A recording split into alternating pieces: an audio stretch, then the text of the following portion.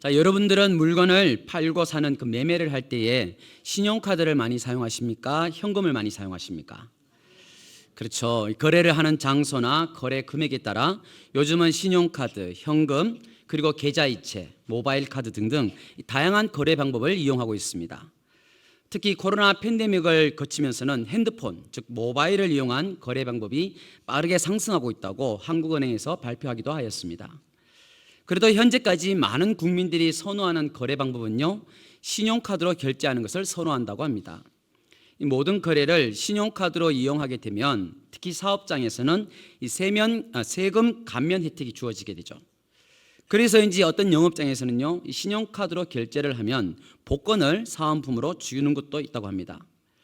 이 카드 회사에서도 카드 이용률에 따라서 음식점, 교통비, 통신비, 때로는 OTT 이용료 등 여러 가지 보너스나 다양한 특혜를 제공해 주기도 하죠. 이처럼 신용카드를 사용하는 것에 대해서 왜 이렇게 많은 서비스와 혜택을 주어지는 것일까요? 물론 국민들이 이 카드 한 장으로 모든 것을 이용할 수 있는 편리함을 서비스하는 것도 있겠지만 현금이 아닌 카드로 결제를 많이 하라는 그런 의도인 것이죠. 즉 신용카드 이용률에 숨어있는 진정한 이유는요, 기업이나 이 소상공인을 비롯한 자영업자들에게 돈을 번 만큼 세금을 매기기 위한 것입니다. 신용카드 결제를 통해 모든 금전 거래를 양성화시킴으로써 세금 포탈하는 것을 막기 위한 것이죠. 그래서 이 대만과 같은 나라는 이러한 정책을 통한 것을 잘 적용하여서 국가적으로 큰 성공한 케이스가 되기도 하였습니다. 그렇습니다, 여러분. 모든 일에는 눈에 보이는 현상적인 것만 있는 것이 아니죠. 보이지 않는 숨어있는 본질, 그 목적이 있는 것입니다. 여러분, 예수님의 사역에도 이러한 양면성이 있음을 볼 수 있습니다. 예수님께서는 귀한 사역을 통해 귀신을 쫓아내었습니다. 병자를 고치기도 하였으며 5천 명을 먹이시는 기적을 베푸심을 보여주셨습니다. 자, 그것에는 숨어있는 본질, 그 의도, 목적이 있다는 것이죠. 그러므로 하나님의 그 마음의 중심, 그 목적을 우리가 바로 알아야만 우리들이 바른 믿음, 바른 신앙을 가질 수 있는 것입니다. 자, 우리가 함께 보는 마가복음에서의 그 예수님 패턴만 보아도요, 전도 여행, 병고침, 귀신 축출 사역을 하시며 여러 비유와 논쟁을 반복하시는 것을 볼 수 있습니다. 이러한 비유와 논쟁을 통해 이전의 사건의 진정한 의도와 참된 목적을 알게 되는 것이죠. 마가복음 1장에서의 그 예수님 사역은 가버나움을 중심으로 한 갈릴리 사역이었습니다. 가버나움 회당에서 말씀을 증거하셨으며 귀신 들린 자, 시몬의 장모, 각색 병든 자들을 치유하시며 회복시키는 사역들을 행하셨습니다. 자, 이러한 예수님 사역을 통해 예수님에 대한 소문이 파다해졌던 것이죠. 이 나병병자를 고쳐주시면서는 아무에게도 말하지 말고 너의 몸을 제사장에게 보이고 율법에 따라 정한 것을 드리라고 알려주셨지만, 그러나 이 나병 환자는 어떻게 했습니까? 마가복음 1장 45절을 보시면 그러나 그 사람이 나가서 이 일을 많이 전파하여 널리 퍼지게 하니 그러므로 예수께서 다시는 드러나게 동네에 들어가지 못하시고 오직 바깥 한적한 곳에 계셨으나 사방에서 사람들이 그에게 나오더라라고 말씀합니다. 즉 고침을 받은 나병 환자는 자신이 경험한 이 일을 널리 전파하고 알리게 됩니다. 예수님께서 아무에게도 아무 말도 하지 말라고 하셨잖아요. 물론 나병 환자의 이 마음도 이해는 할 수 있습니다. 이 나병에 관한 구약 성경의 그 율법 규정이 레위기 13장과 14장, 신명기 24장에 기록되어 있죠. 자, 구약에서는 이 나병의 전염성과 더러움, 그 치료의 어려움 등으로 인해 죽음 및 죄의 상징으로 간주되었습니다. 예수님 시대에도 이 나병 환자는 건강한 일반 사람들이 사회에서 축출되거나 격리된 채 살았습니다. 그러나 이 나병 환자 입장에서 보자면 마가복음 1장 41절에서 말씀하듯이 예수님께서 불쌍히 여기사 손을 내밀어 그에게 갖다 대기만 했음에도 그 병이 떠나가고 깨끗해졌으니, 여러분 이것이 얼마나 놀라운 소식입니까? 얼마나 놀라운 일입니까? 그러니까 그 기쁨의 소식을 사돈의 8촌에게까지도 알리고 싶었겠죠. 그러나 그 일 때문에, 이 일 때문에 예수님께서는 동네에 들어가지 못하시고 바깥 한적한 곳에서 복음 증거하게 되셨다는 것입니다. 예수님께서 치유해 주시고 고쳐주시는 진정한 목적과 그 이유를 바로 알지 못하다 보니 오히려 복음 전파에 걸림돌이 되고 말았던 것이죠. 자, 그리고 그러한 일이 발생한 지 수일 후에 오늘 본문 2장 1절을 보시면 예수님께서 다시 가버나움으로 가셔서 사역을 하시죠. 마가복음 1장에서 첫 번째 가버나움에서 하셨던 그 사역과 비슷한 점입니다. 가버나움에서 말씀을 증거하실 때 일어난 일이며 어떤 병자를 고쳐주셨냐는 뚜렷이 다른 점이죠.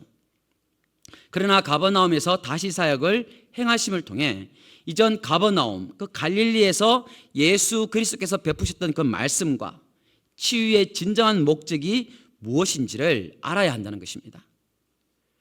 나병 환자처럼 말씀을 듣고 은혜를 받고 기적을 경험했으면서도 하나님께서 왜 나에게 이런 은혜를 주셨는지 그 이유를 알지 못한 채 바른 믿음, 바른 신앙으로 성장하지 못하는 우리들의 신앙을 오늘 마가는 올바르게 잡아주고 있다는 것이죠. 자, 예수님께서 다시 가버나움에 오셨습니다. 이미 예수님께서 회당에서 귀신 들린 자, 시몬의 장모를 비롯해 많은 병자를 고쳤다는 소문이 다 퍼졌습니다. 그로 인해 수많은 사람들이 예수님을 만나고자 몰려들었습니다. 그런데 그 무리 가운데에는 4명의 사람이 이 한 명의 중풍병자를 들것에 메고 예수님을 만나러 온 것이죠. 2절을 보시면 모인 무리들이 너무 많아서 예수님께서 계신 집의 문 밖에서도 꼼짝달싹 할 수 없었습니다. 4절에서는 말씀하기를 모여있는 인파들, 그 무리들로 인해 예수님에게 갈 수도 없었으며 만날 수도 없는 상황이었습니다. 모여있는 사람들은 너무 많고 또 들 것도 있고, 더군다나 여러분 지금 내가 아픈 게 아니죠. 내 가족이 아픈 것도 아닙니다. 즉 내 일도 아니라는 것이죠. 자, 그렇다면 우리 같으면 어떤 마음을 가지겠습니까? 물론 믿음 좋으신 우리 영도교회 성도님들 같은 분들이라면 어떻게 해서든지 이 중풍병자를 고쳐주기 위해서 밖에서 예수님, 예수님이라고 고래고래 소리라도 질러보든지, 아니면 어떤 방법이라도 우리 함께 찾아보자며 해결책을 마련해 보시겠지만, 다른 일반 사람들 같으면 이렇게 생각하지 않을까요? 야, 이 사람들 것이 너무 무겁다. 오늘은 그냥 집에 가고 내일이나 아니면 무리들이 없을 때, 인파들이 좀 적을 때 다시 들고 오자, 이렇게 말하며 포기했을지도 모릅니다. 그러나 여러분, 이 4사람은 포기하지 않았습니다. 지붕을 뚫고 구멍을 내어 예수님께서 설교하고 계시는 중에 중풍병자를 달아내렸습니다. 여러분, 지금 예수님께서 천국 복음을 전하고 계세요. 설교를 하고 계신 중인데 지붕을 갑자기 뜯고서는 구멍을 내고 사람이 누운 상을 내립니다. 하늘에서 만나가 내리는 것도 아니고 중풍병자가 내려오고 있으니 예수님과 그곳에 모인 사람들은 여러분 얼마나 황당했겠습니까? 이건 여러분 실례이고요, 무리한 행동입니다. 욕을 얻어먹을 행동인 것이죠. 그런데 5절을 보니 그들의 믿음을 보시고 중풍병자를 고쳐주셨다고 합니다. 누구의 믿음요? 병자, 환자의 믿음이 아닙니다. 이 4명의 사람들이 가진 믿음의 행동으로 말미암아 예수님을 만나게 해주었고 말씀을 듣게 해주었으며 중풍병이 고침받는 기적을 누리게 한 것입니다. 여러분, 첫 번째 가버나움 사역은요, 예수님께서 주도적으로 행하셨습니다. 예수 그리스도의 긍휼과 사랑에 의해서 사역들은 이루어졌습니다. 그런데 오늘 본문에서는 예수님을 만나려는 사람들이 주도적입니다. 그 사람들의 믿음 때문에 예수님의 기적 사역을 경험하게 되었다라는 것이죠. 사랑하는 여러분, 이 부분에서 우리들의 신앙 성장에 매우 중요한 가르침을 우리들은 볼 수 있다는 것입니다. 결혼하신 여자 권사님, 집사님, 여성노님들의 그 얘기를 들어보면요, 이 본인의 남편분께서 결혼 전에 데이트할 때는 그렇게 나를 좋다고 쫓아다니고 이렇게 말을 안 하죠. 그렇게 나를 좋다고 쫓아다니고 짜증나면 이렇게 말을 하죠. 그러면서 꽃다발에다 선물에다 편지를 쓰고 전화를 하고 온갖 애정 표현을 했다는 거죠. 그래서 그것 때문에 그것에 꼬시켜서 그 정성이 갸륵해서 결혼 안 해주려고 했는데 결혼을 해줬다고 거의 100%의 여성들은 그렇게 말씀을 하십니다. 그래서 지금은 어떻게 사세요? 라고 여쭤보면은 꽃다발은커녕 편지 한 줄 받아보는 게 소원이라고 말씀하시죠. 여러분, 결혼하기 전 이 데이트할 때의 시간을 한번 되돌아보면요, 어떻습니까? 그때의 사랑은 서로가 마냥 좋은, 소위 말해 눈멀 때 찾아오는 어떤 특별한 힘이 있는 것이죠. 그러나 여러분, 그것은 그때뿐이고요, 이제 그러한 사랑의 힘은요, 내 인생에는 다시는 없다는 것을 여러분 인정하셔야 합니다. 이후로는 이제 어떻게 해야 합니까? 부부가 서로의 노력과 함께 만들어감을 통해 부부간의 사랑이 유지되고 발전된다는 것이죠. 동일합니다, 여러분. 우리들이 예수님을 처음 믿고 신앙이 아직 어릴 때는요, 가만히 있기만 해도 어떻습니까? 하나님께서 강권적으로 은혜도 주시고 사랑도 주십니다. 흔히 말하는 하나님과의 첫사랑 때이죠. 뭐든지 여러분 첫사랑이 큰 법 아닙니까? 자녀와 손주를 키워보시면 아시죠? 예수님을 처음 믿고 신앙생활을 할 때 그때 부어지는 은혜와 사랑이 가장 큰 법입니다. 그러나 우리들의 신앙이 성장할수록, 자라갈수록 첫사랑의 불씨만 가지고 되는 것은 아님을 알아야 한다는 것이죠. 무슨 말입니까? 은혜를 받았으면 이제 나 스스로가 그 은혜의 자리로, 그 말씀의 자리로 끊임없이 나아가야 된다는 것입니다.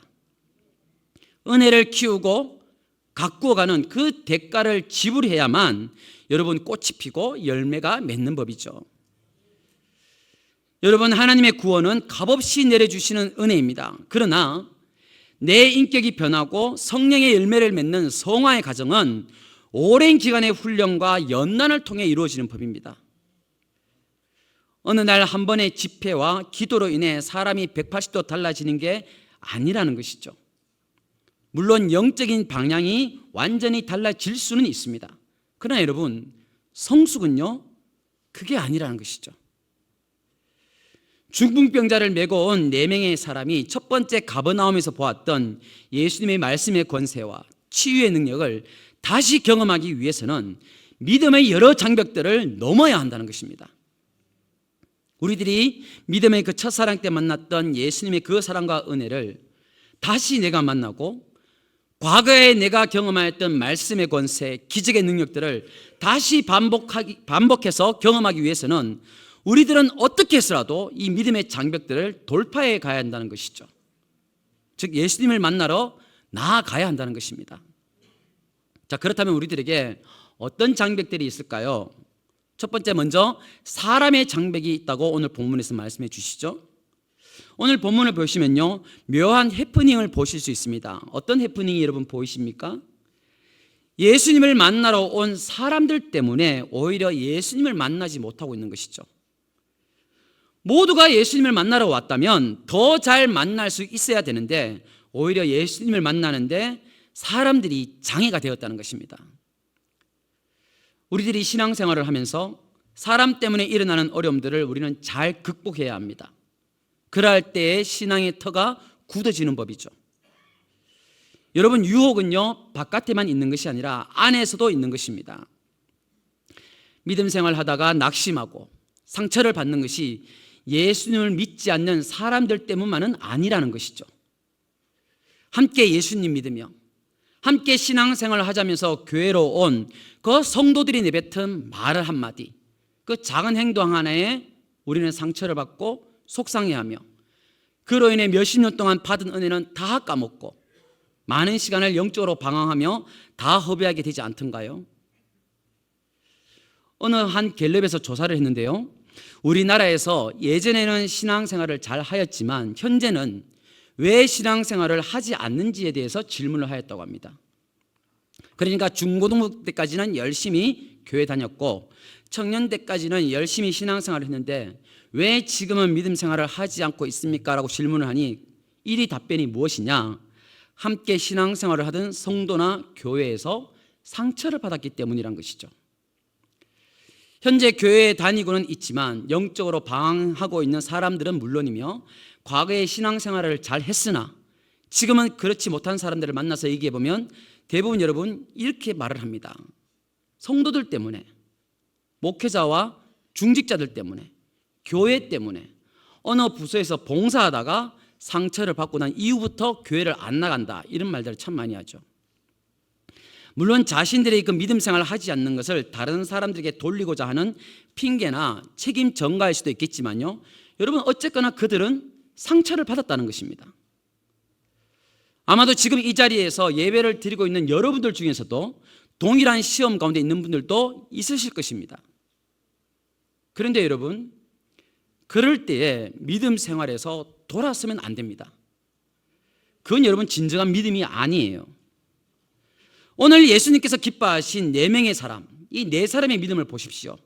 그들은 사람이 너무 많아서 돌아가려고 하지도 않았으며 사람 그것 때문에 포기하거나 낭망하고 돌아서지 않았다는 것입니다.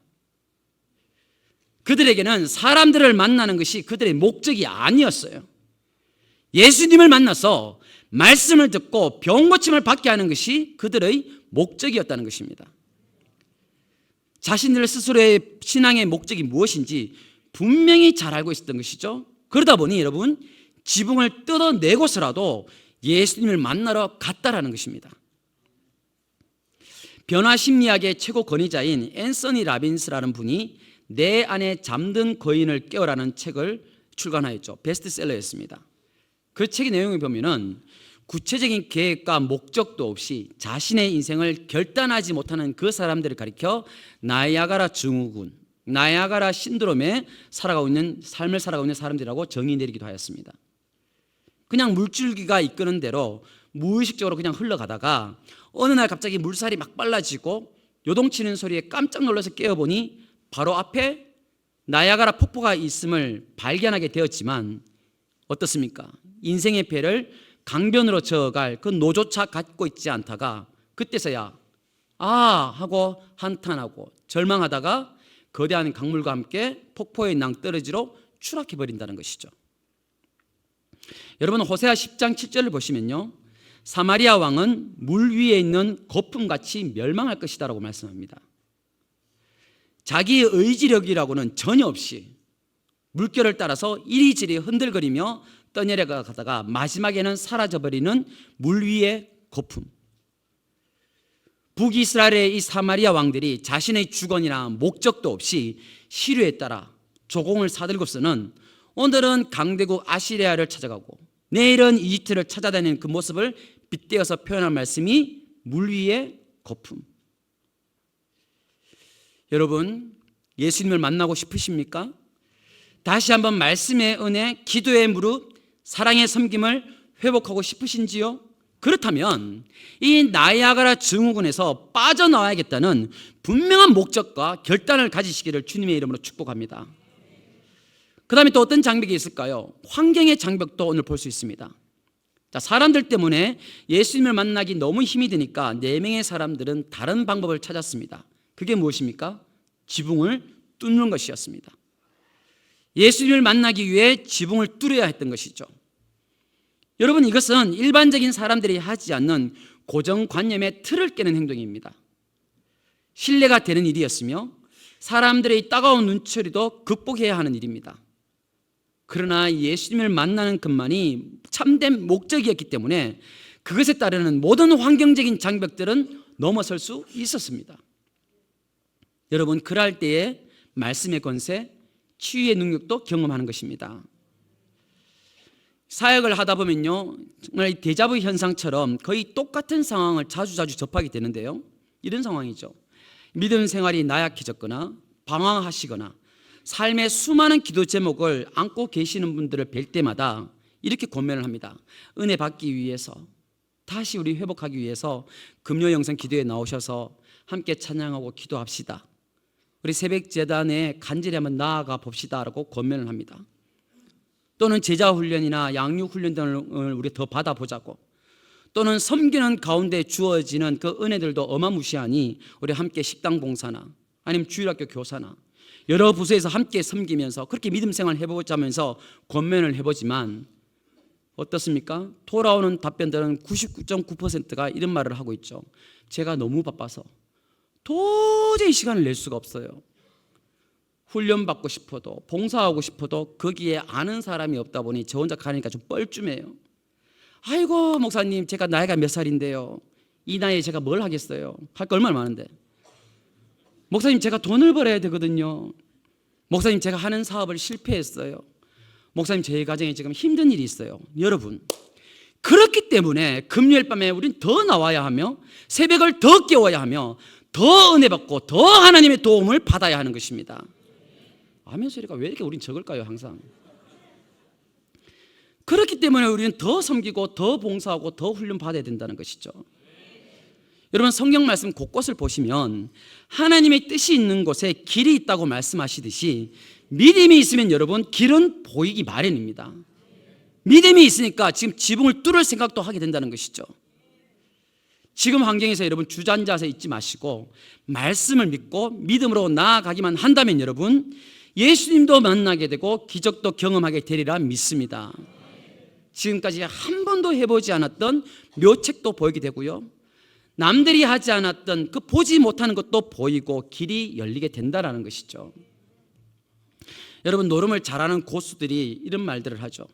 상대방이 어떤 패를 들고 있는지, 다음에는 무슨 패를 낼지, 오늘은 누가 딸지를 이 한 번의 패가 두 번만 돌아도 안다고 합니다. 물론 노름을 전혀 해보지 않은 우리들은 잘 모르는 말들이죠. 여러분, 지금까지 내 힘으로 내 방식대로 해서 안 되었다면, 그렇다면 여러분 우리들의 미래는 뻔한 것 아니겠습니까? 그렇다면 빨리 손 틀고 일어나서 말씀 따라 믿음 따라 살아가면 된다는 것이죠. 그게 여러분 삶의 지혜인 것입니다. 장벽만 넘어선 게 아닙니다. 여러분, 동역의 기쁨과 은사의 목전도 발견하게 됩니다. 여러분, 오늘 중풍병자는 이 중풍병자 본인의 믿음 때문에 고침받은 게 아니죠. 4명의 사람 때문에 지금 고침받았습니다. 사람들이 고쳐준 것도 아닙니다. 그들이 고쳐준 것은 아무것도 없습니다. 그들은 서로 도와서 예수님에게로 데리고 온 것 뿐이었습니다. 병자를 예수님에게로 데려가기 위해 어려움도 당하고 남들의 눈총도 받았을 것이며 여러 가지 스트레스도 받았을 것입니다. 그러나 주님께서는 그 믿음을 기뻐하셨으며 기적을 이루신 것을 여러분 믿으시기 바랍니다. 어떤 사람은 교회에 와서 사람 때문에 실망하고 돌아갑니다. 어떤 사람들은 교회에 와서 여러 가지 환경 때문에 좌절하고 돌았습니다. 어떤 사람들은 교회에 와서 시설 때문에 흉을 보고 형편없는 프로그램이 있다면서 흉을 보고 돌았습니다. 여러분, 그러하게 되면요 참 믿음의 자리로 갈 수가 없습니다. 하나님께서 허락하신 형제 자매들, 성도들이 나에게 시험을 주고 아픔을 주는 대상이 아니라 오히려 서로 도와주고 섬기고 사랑하는 동력의 관계, 서로의 은사를 통해 온전의 질이라는 그 관계라는 것을 가지고 그 은혜의 자리에 발견하는 그 자리까지 나아가야 여러분 참 믿음이며 온전한 믿음이며 하나님께서 기뻐하시는 믿음이라는 것입니다. 우리 서로의 이 부족함을 채워주는 관계라는 것을 여러분 가슴 깊이 발견하셔야 합니다. 그래야만 여러분 말씀의 역사를 이루고 기적의 역사를 맛보게 되는 것이죠. 예전에 여성 셀 리더 모임을 인도할 때 있었던 일입니다. 이 리더분은 직장인이었습니다. 매달 월말이 되면은 밀려드는 그 업무량으로 인해서 월말마다 늘 바쁘고 피곤하게 보내시는 분이셨어요. 그래서 월말만 되면 늘 스트레스가 늘상 최고조였습니다. 그런데 여러분, 여자분들에게는 직장일만 있는 것이 아니죠. 퇴근 후에는 또 집에 빨리 가서 아이들 저녁 해 먹여야 하고 다음날 학교 갈 준비를 또 챙겨줘야 하고 그렇게 집안일을 정리하고 나면은 뻗어버리기 일쑤입니다. 그렇게 가정과 직장 모두에서 뛰어난 능력을 발휘하는 슈퍼맘으로 살다가 셀 모임 하는 날이 되었습니다. 그날따라 굉장히 바쁘고 스트레스 받는 일이 많았다는 것이죠. 그래서 셀 모임에 빠지고 싶었으나 리더니까 또 빠질 수는 없고 그래서 또 헐레벌떡 준비해서 그 모임에 갔다고 합니다. 그런데 그날따라 셀원들이 한 명도 오지 않았던 것이죠. 아우 주여. 모임 시간이 10분이 지나고 30분이 지나고 1시간이 지나도 아무도 오지 않자 그분이 이런 마음이 들더랍니다. 나는 뭐 시간이 남아 돌아서 이러는 줄 알아? 그런 마음에 짜증을 내기도 하고 억울한 마음도 들더랍니다. 그러다가 혼자서 셀 나눔지를 읽어봅니다. 셀 나눔지에 있는 말씀을 찬찬히 읽어보고 거기에 있는 질문들을 하나씩 읽어보다가 혼자서 큰 은혜 받고 눈물 콧물 다 흘리고 집으로 돌아갔다는 그 간증을 들은 적이 있습니다. 교회를 세우고 영혼을 세우시는 셀 리더님들에게 한 주 동안 어떻게 살아가세요? 라고 질문을 한 적이 있습니다. 그분들이 말하시기를 월요일이 되면 저녁에 교회 기도에 가서 참석하고요, 화요일에는 제자 훈련 받고요, 수요일에는 수요 예배 드리고요, 목요일에는 노방전도 갔다가 셀 모임 하고요, 금요일에는 금요영성 기대에 참석하고요, 토요일에는 교회 와서 주일 점심 식사 준비하고요, 주일날에는 예배 드리고 주일학교 교사하고 찬양대 합니다 라고 말을 하더라고요. 어떻게 그렇게 살아갈 수 있습니까? 라고 여쭤보니 목사님, 그래도 내가 그렇게 배워야지 내가 죽지 않고 살아갈 수 있고 셀원들과 하나라도 더 나눌 수 있기 때문이죠 라고 고백하는 것을 들었습니다. 그렇게 살면서도 그분들이 직장 생활을 대충 하느냐? 아니요. 그분이 없으면 일이 안 돌아갈 정도입니다. 그럼에도 그렇게 영혼을 섬기기 위해서 살아가고 있다는 것이죠. 그 고백이 저에게도 큰 울림과 도전을 안겨다 주었습니다. 여러분, 5월이 다가옵니다. 5월이 되면 농촌에서는 모심기가 한창입니다. 여러분, 모심기에서 백미는 뭐니 해도 잠시 쉬면서 먹는 새참이죠. 새참이 여러분 왜 그렇게 맛있을까요? 일하고 난 후 먹어서 맛있기도 하지만 여러분, 그 새참을 나 혼자 먹으면 맛이 있을까요? 아닙니다. 여러분, 우르르 몰려들어서 함께 같이 먹으니까 더 맛있는 거죠. 라면도 그렇지 않습니까? 집에서 혼자 끓여 먹으면 물론 맛이 있지만 이만한 냄비에 우르르 몰려들어서 서로부터 먹겠다고 하면 더 맛있습니다. 다른 사람을 위해 섬기고 봉사하는 사람에게 하나님의 더 크신 은혜와 기적이 임하는 법이죠.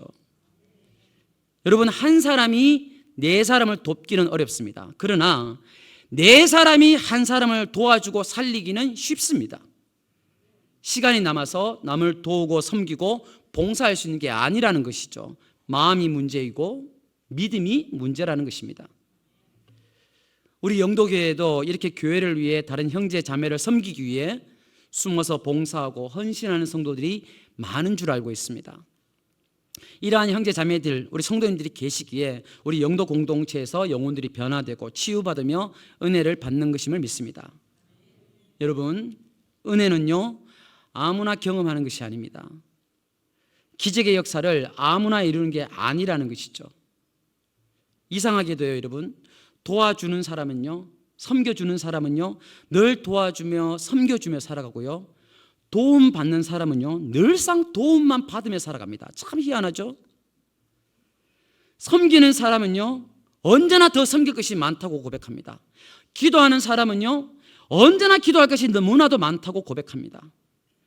여러분, 교회 생활이 왜 재미없는지 아십니까? 내가 섬길 대상을 찾지 못해서, 내가 무엇을 봉사해야 할지 봉사할 그 자리를 발견하지 못하다 보니까 교회 생활이 재미가 없는 것이에요. 교회는요 은혜 받으러 오는 곳으로만 끝나지 않습니다.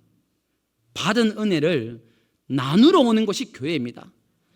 한 주 동안 살아가면서 그 주의 말씀 하나를 붙들고 분투하며 살아갔을 때 주셨던 그 은혜들, 그것을 이 자리에 와서 나누는 것이죠. 한 주 동안 성도들이 나에게 사랑을 나눠주고 내가 또 사랑을 베풀면서 느꼈던 그 은혜들과 감사들을 이곳에 와서 나누는 것이죠. 내가 섬길 곳이 없다고, 나에게 무슨 자리 하나 주지 않고 직분도 명함도 주지 않는데 뭐하러 섬기냐고 여러분 그렇게 말하시면 안 돼요. 마음이, 믿음이 문제인 거예요. 직분 명함 그건 뭐 그렇게 중요합니까? 여러분, 연애할 때를 한번 생각해 보십시오. 그렇게 하루 종일 일하고 피곤한 몸으로 퇴근을 해도 밤중에 그녀에게서 전화 와서 오빠 오늘은 바다가 보고 싶어요. 어떡합니까? 새벽 3시가 되더라도 그녀에게 달려가서 밤바다를 함께 보러 가지 않습니까? 그렇게 늘상 피곤하다는 말을 입에 달고 살면서 바빠 죽겠다 말하면서 우리가 살아가면서도 핸드폰으로 SNS 할 건 다 합니다. 자기 하고 싶은 운동 다 합니다. 주식 투자하느라 눈은 늘 뻘겋게 충혈듯이 살아가고요. 그리고 어떻습니까? 요즘은 눈물의 양 보려고 집에 일찍 들어가지 않습니까? 여러분, 우리들은 말씀 공부하고 제자 훈련, 양육 훈련 받기 위해서 예배를 준비하고 다른 사람들을 섬기기 위해서 119 전도 축제에 한 영혼을 전도하기 위해서 우리가 그렇게 힘써 본 적이 있을까요? 사랑하는 여러분, 말씀의 권세를 경험하기를 소망하십니까? 기적의 역사를 경험하기를 갈망하십니까? 그렇다면 여러분들의 믿음을 보이시기 바랍니다.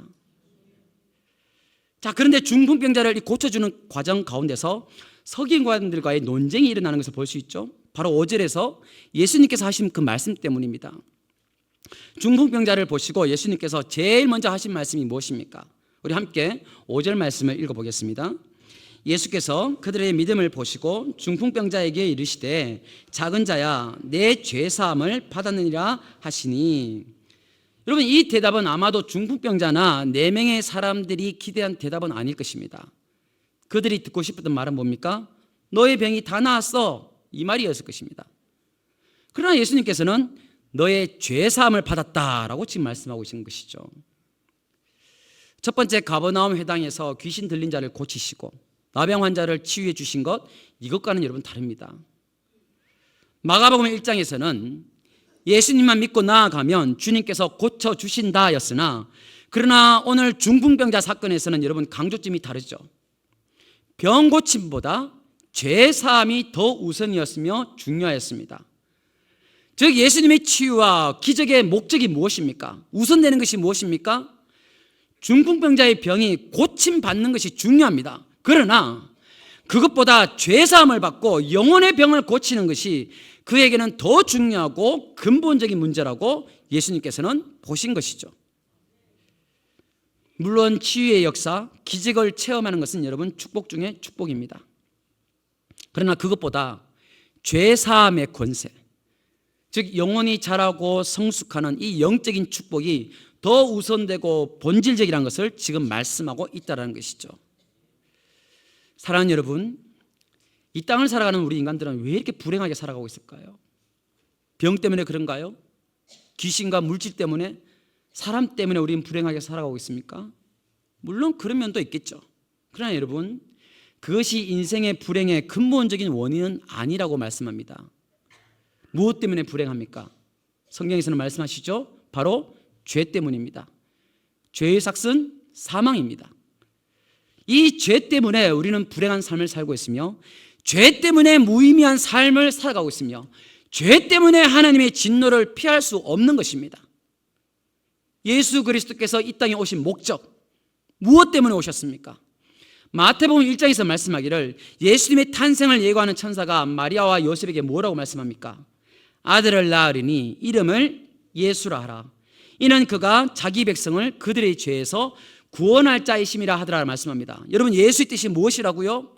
그가 자기 백성을 그들의 죄에서 구원할 자이심이라고 말씀하고 있는 것이죠. 죄인들을 구원하시기 위해서 예수 그리스도께서는 이 땅에 오셨으며 십자가의 길로 가신 것입니다. 그것이 바로 예수님께서 오신 목적, 병 고침의 목적, 귀신을 쫓아주시는 목적이라는 것입니다. 마가복음 1장에서 고침받은 나병 환자는 이것을 몰랐습니다. 그는 자신 스스로 치유받고 경험한 것을 간증하고 돌아다니는 일이 자신 스스로 할 일이라고 생각하였다는 것이죠. 그러나 예수님께서 고쳐주신 이유는 그게 아니었습니다. 교회를 다니며 신앙생활을 하시는 분들 중에 사업이 잘 되고 병도 고치고 귀신도 나가는 등등 기적을 체험하고 있음에도 불구하고 왜 믿음의 길에서 다 떠나고 은혜도 다 잃어버린 채 오히려 더 세속적이 되어버리는 이유가 무엇입니까? 병은 고쳤지만 예수님을 만나지 못했기 때문인 것이죠. 경제적인 축복은 받았는지 몰라도 죄 사함의 은혜와 그 권세를 경험하지 못했기 때문인 것입니다.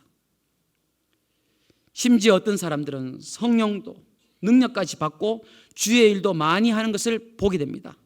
그러나 같이 있어 보면, 지내보면 그 사람에게서 예수의 향기가 거의 드러나지 않습니다.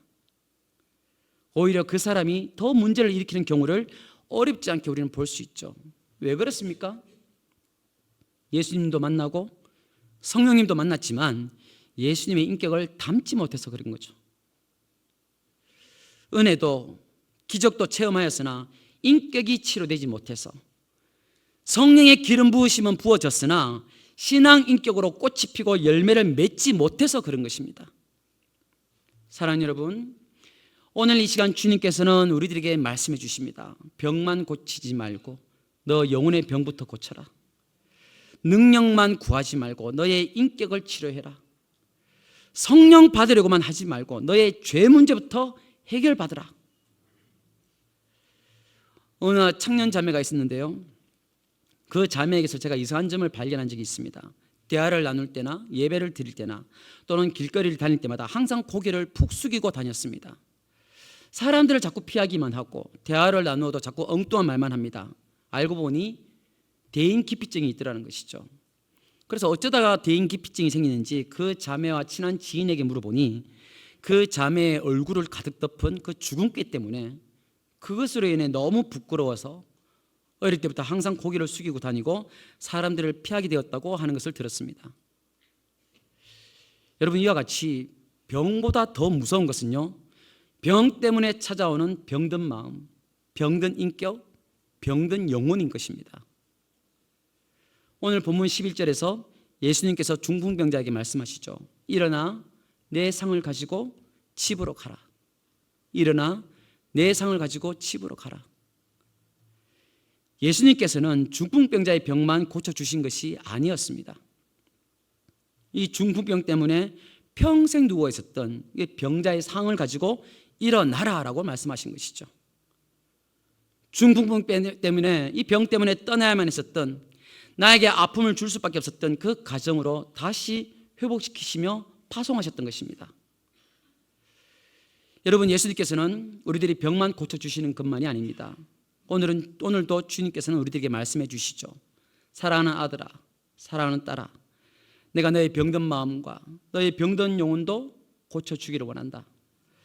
너의 병든 인격과 너의 병든 꿈도 미래도 내가 고쳐주기를 원한다.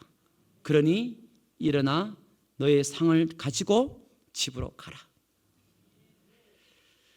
오늘 우리들의 인생 앞에 어떠한 장벽들이 가로막혀 있다 할지라도 오직 예수 그리스도를 향한 그 믿음으로 이 장벽을 뛰어넘으로 인해 이 죄사함의 권세, 말씀의 은혜, 기도의 무릎, 사랑의 섬김이 회복되고 살아나는 이 기적의 역사들이 우리 모두에게 넘쳐나기를 살아계신 예수님의 이름으로 축복합니다.